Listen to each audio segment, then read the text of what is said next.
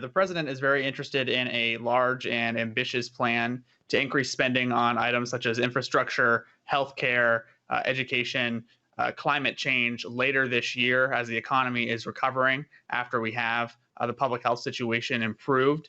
And that will include partial offsets in the form of tax increases. And the most realistic tax increases will be the ones that have broad support in the Democratic caucus in particular.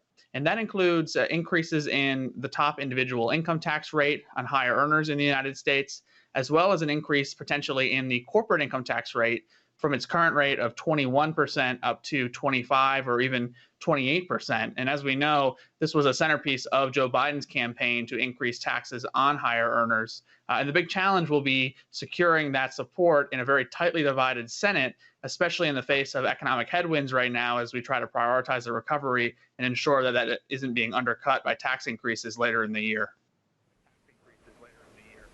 Garrett, if he is able to push through these proposed changes, what's the number? Do you have an estimate as to how much the government would be able to raise?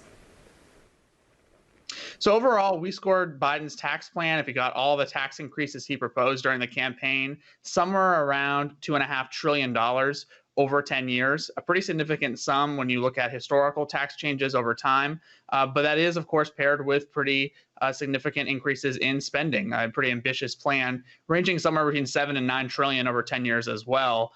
So the big question will be what portion of those tax increases will secure support given the pretty close division in the Senate in particular, as well as how far they want to drive up the deficit if the additional spending that they're interested in later this year isn't fully covered by the taxes that they want to increase. And of course, there's always a potential for tax increases through regulation as well, particularly on international corporations and higher earners through items like the estate tax.